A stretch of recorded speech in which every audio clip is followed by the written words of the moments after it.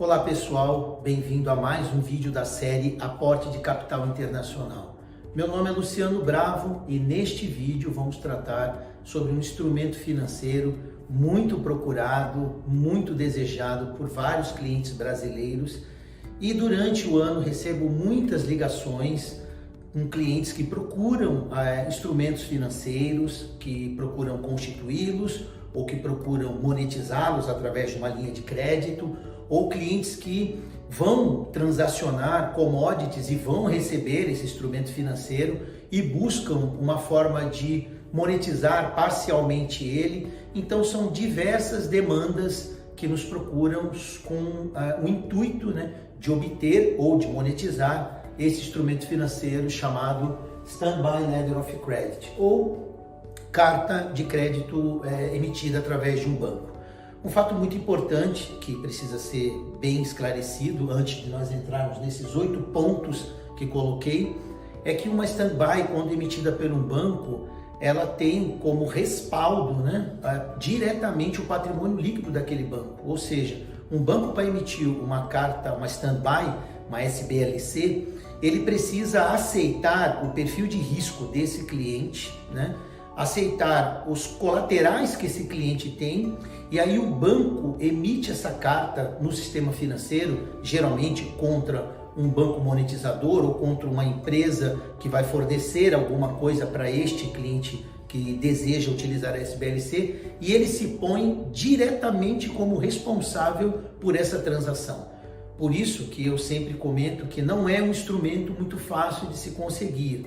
Ainda mais quando tratamos de empresas middle, ou seja, empresas que faturam de 24 milhões de reais por ano a 800 milhões de reais por ano.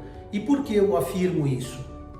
Porque para um banco, um Citibank, um Rabobank, um Santander, um Itaú, Bradesco, um ING ou qualquer banco top 25 emitir uma SBLC, o cliente precisará ter um bom perfil de crédito, além de provavelmente um balanço auditado, um bom projeto, um bom contrato de transação comercial. Então não é um instrumento fácil de se obter, também não é impossível, mas exige que o cliente tenha uma determinada estrutura, de preferência, se for no cenário internacional, que é o mais fácil, o cliente tenha algum track record em operações de crédito, ou mesmo que tenha uma boa movimentação financeira, geralmente superior a $1 milhão na conta da empresa que irá emitir esse instrumento. Então, de maneira clara, assim, não é um instrumento impossível, mas também não é um instrumento trivial, como uma alienação fiduciária, que basta você ter um terreno com tudo em dia, você pode fazer uma alienação fiduciária.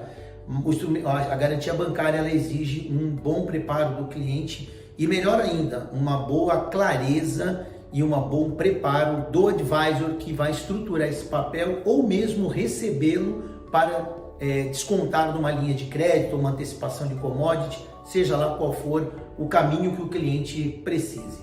Então vamos começar pelo primeiro ponto, que eu já comentei aqui. É um instrumento sofisticado e que exige um perfil de crédito específico. Então eu recebo muitas demandas, de clientes que têm linhas de crédito aprovado no Brasil, de 20 milhões de dólares, 30 milhões de dólares, e que buscam uma SBLC. Só que quando você analisa a estrutura de capital da empresa, a estrutura de contras garantias, ele nunca vai obter uma SBLC. Então eu costumo comentar que é como se você ganhasse uma Ferrari e colocasse a Ferrari no meio do deserto e falasse que você teria que tirar dela rodando. Então não tem como tirá-la de lá rodando, Ainda mais com o tanque sem combustível. Então não adianta muitas vezes o cliente buscar uma linha de crédito sofisticada, onde ele provavelmente ou eventualmente seria aprovado e depois o lender exigir uma SBLC. Então muitos clientes que nos procuram, eu deixo claro, é um instrumento sofisticado e é um instrumento que exige um perfil de crédito específico. Muitas vezes eu sou forçado a dizer que o cliente não conseguirá aquele instrumento e que ele deve buscar outras linhas de crédito com maior facilidade para o seu perfil momentâneo. Outra coisa, o item 2, a linha de crédito, você consegue linhas de crédito com taxas boas, excelentes, Nós temos no mercado uma grande variedade de taxas de juros calcadas, alicerçadas em stand-by, né? Eu posso dizer que vai de 0,5% a 5% ao ano de maneira geral. É óbvio que tem taxas de juros maior que 5%? Tem sim. Principalmente se a SBLC foi estruturada com um ativo não muito bom, né? E por um banco também não ranqueado nos top 25. Então ele pode ter uma taxa de juros maior, chegando até a 10% ao ano, até superior a isso. Mas em via de regra, se você tem um bom ativo, se você tem um bom banco emissor, você consegue em média de 0,5% a 5% ao ano em grandes fundos e bancos internacionais. Óbvio que precisa de relacionamento para isso, precisa de um trabalho de estruturação para isso. Ninguém vai sair do Brasil com uma SBLC e vai lá fora e pegar o dinheiro pura e simplesmente. Terá que passar por um processo de internacionalização e ter um bom advisor para poder assessorar sua tomada de crédito. Como assim fazemos, né? Terceiro ponto muito relevante.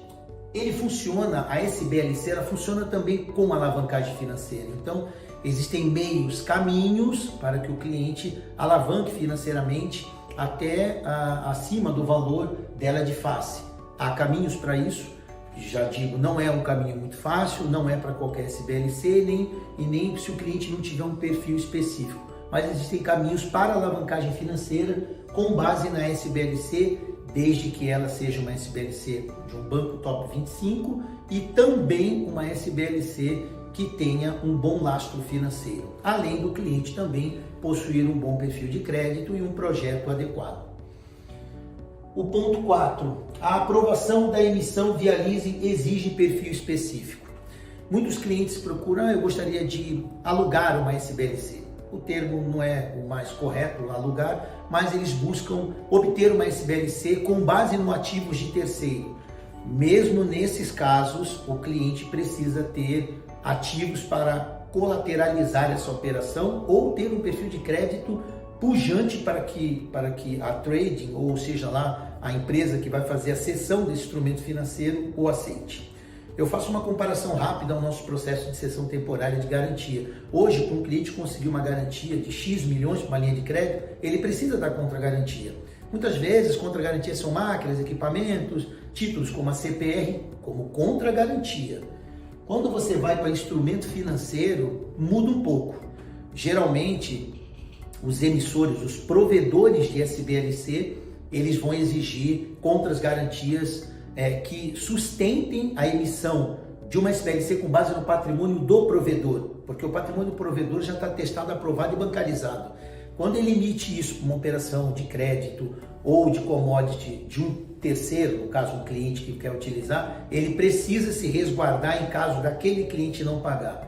Porque é óbvio, se um provedor emite uma SBLC e o cliente não paga, quem paga é o provedor, ou seja, o ativo dele é dilapidado, descontado pelo banco para ressarcir o caixa do banco. Então, exige, mesmo no aluguel, exige que o cliente tenha contras-garantias ou um perfil de crédito adequado. Não é um fato simples alugar, né, uma SBLC ou fazer um leasing dela. É um processo que exige uma certa musculatura e também uma boa coordenação de negociação. Fato 5, exige ativos bancarizáveis e possui custos de emissão. Muitos clientes nos procuram com pedras preciosas ou fazendas ou outros ativos e querem constituir uma SBLC. Sim, esse é o caminho. Você, para ir num banco e pedir que esse banco emita uma SBLC, você precisa ter ativos bancarizáveis, ou seja, que os bancos o aceitem para correr esse risco junto com você. E um fato muito importante, possui custo de emissão. Quando um cliente, por mais que ele tenha lá um ativo, vou imaginar que ele tem ouro, e ele quer fazer a custódia desse ouro, dessa pedra preciosa, ou seja lá do ativo que for, e emitir um instrumento financeiro, depois de uma análise de elegibilidade, que é o normal para qualquer tipo de consulta, você passa numa análise para verificar se aquele seu pedido é exequível, você com certeza, o cliente terá custo de emissão. Então, assim, desconheço, né, qualquer processo de constituição de instrumento financeiro onde o cliente não terá nenhum custo. Com certeza ele terá custos no processo de emissão. O item 6, que é muito importante. bancos top 25 são os mais aceitos e em alavancagem e alcançam, melhor rendimento. Então, ou seja, bancos top 25, eles são bancos muito mais aceitos em transações financeiras, né? Óbvio, eles são bancos bem mais vistos por qualquer lender que vá monetizar ou vá dar uma linha de crédito com base nessa SBLC e alcançam o melhor rendimento. O que nós chamamos de rendimento? É o valor de face do instrumento versus o valor do crédito, né? Se esse banco não é um top 25, esse valor do crédito ele fica ali 50, 80, 70 ou até menos, né? Quando o banco é um banco top 25, ele alcança 95 ou em alguns casos até mais, né? Então, o que acontece é que quanto melhor o banco emissor, ou seja, melhor o rating, né, a classificação de rating deste banco, melhor o processo de monetização dessa SBLC.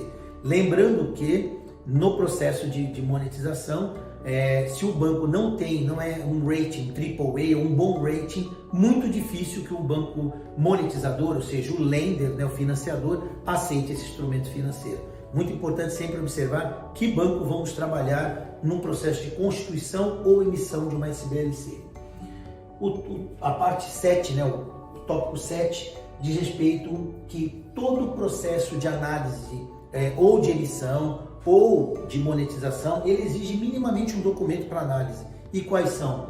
No mínimo, a Bank Comfort Letter do dono do ativo, que vai lastrear a SBLC, emitida do banco para o dono do ativo, que muitas vezes o dono do ativo não é o cliente tomador do crédito. Então, independente, a Bank Comfort Letter é do banco que detém o ativo, do cliente que lastreia a SBLC, para o dono desse ativo. Tem que ser atualizada, não pode ser de meses atrás, tem que ser o mais atualizada possível. A verbiagem, ou seja, o texto da SBLC que será utilizada por este banco emissor, então é preciso analisar a verbiagem, o Word do texto, e no mínimo o CIS do emissor, o sumário de informações do cliente internacional do emissor e do cliente. Então, os dois precisam apresentar, porque muitas vezes o que acontece? Você tem um cliente com uma linha de crédito que busca uma garantia de um terceiro. Os dois são analisados para o lender poder financiar tanto o perfil de crédito do provedor como o perfil de crédito do tomador, né? Então, o provedor e o tomador são analisados. Por isso que precisamos do CIS, tanto do emissor quanto do cliente. Se o emissor for uma grande empresa, muito mais fácil, mas em via de regra, geralmente sempre aparecem empresas totalmente desconhecidas, né? E aí você precisa ter um bom CIS. O fato 8, e aqui fechamos a nossa análise sobre SBLC em linhas de crédito, né? Você pode ser monetizado em operações de commodity? Sim. Muitos clientes querem, né, vender, ou tradings, né, querem vender para o exterior e vão receber do exterior stand-by para monetizar parte dela a fim de financiar a transação comercial. Isso é possível? Totalmente possível. Ou seja, um comprador internacional ele pode emitir uma stand-by com base no contrato de compra, tudo certinho, e este vendedor, né, que recebe essa stand-by pode transformá-la parcialmente em recurso para financiar a sua operação logística, a retirada do produto, ou aquisição, ou seja lá o que ele for precisar. Então, isso é possível? Sim. Porém, não devemos esquecer que na análise entrará o comprador, quem emite a SBLC, e o vendedor do produto. Os dois participarão dessa análise. Então, não é só ter uma boa SBLC e tudo está resolvido. Não. Você também tem que ter um perfil adequado para que o banco, seja ele brasileiro ou estrangeiro, faça uma antecipação, vamos colocar assim, em cima daquele instrumento financeiro que garante a transação comercial e que vai dar fôlego a esse cliente exportador de ter o recurso. Então, de uma maneira geral, nesse vídeo nós tratamos de SBLC em linhas de crédito e de maneira geral, de forma que cada cliente espalhado por esse nosso grande país possa entender um pouco fatos importantes sobre a utilização desse instrumento financeiro sofisticado e que é muito desejado por todos os clientes aqui em nosso país. Eu me despeço, agradeço a todos, desejo um segundo semestre maravilhoso a todos e que muitas coisas boas aconteçam. E não esqueçam, o Brasil que nós queremos só depende de nós mesmos. Somos nós que criamos esse país. Então, fé, força e foco em cada ato que fazemos para que se transforme numa grande obra rentável a cada um de nós e a coletividade que participamos. Muito obrigado, fiquem com Deus e até a próxima.